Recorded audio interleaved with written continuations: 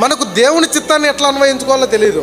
సరే అన్వయించుకోం కదా, దేవుని చిత్తంతో మనకు పెద్ద పని లేదు కదా అని అనుకున్నా చేసే వాళ్ళకి సహకరిస్తామంటే సహకరించాం.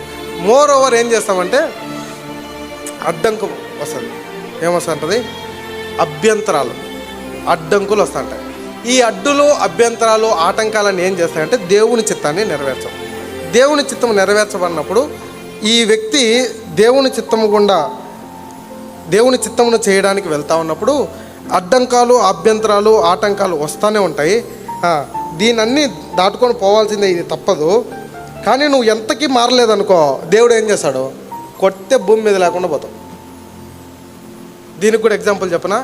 ఫరో ఎన్నిసార్లు? 11 సార్లు పొమ్మంటాడు, నువ్వు దేవునికి బలి అర్పించుకో స్వామి, ఈ తెగులు వద్దు, నాకు ఈ రోగం వద్దు, ఈ రక్తం వద్దు, ఈ ఈగలు వద్దు, ఇవన్నీ వద్దు అంటాడు. మళ్ళీ ఏమంటాడు?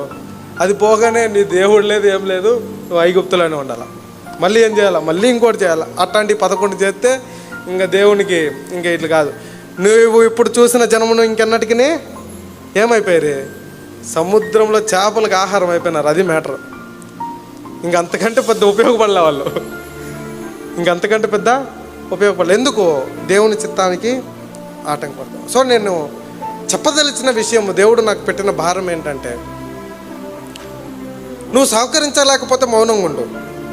నువ్వు సహకరించలేకపోతే మౌనం ఉండు. పరిచర్యకు ఆటంకకరంగా ఉండద్దు. రెండవది. మూడవది, అనవసరముగా నీకు తెలియని వాటి గురించి, నీకు ఎరుక లేని దాని గురించి, క్రమమును గురించి నీకు ఎరుక లేనప్పుడు దానిని గూర్చి దైవజనులతో వాదించేటప్పుడు, లేదా దేవుని ప్రజలైన వారితో వాదించేటప్పుడు నోరు జాగ్రత్తగా ఉండాలి. లేకపోతే ఏమైపోతావు? నువ్వు ఎవరితో వాదించినట్టు. వాక్యం రెఫరెన్స్ చెప్పమంటే చెప్తా, ఇంకొక అర్ధగంట కూర్చుంటానంటే. ఏంది? నువ్వు ప్రవక్తతో, దైవ సేవకునితో, దేవుని ప్రజలైన వారితో వాదిస్తున్నావంటే అర్థమైంది?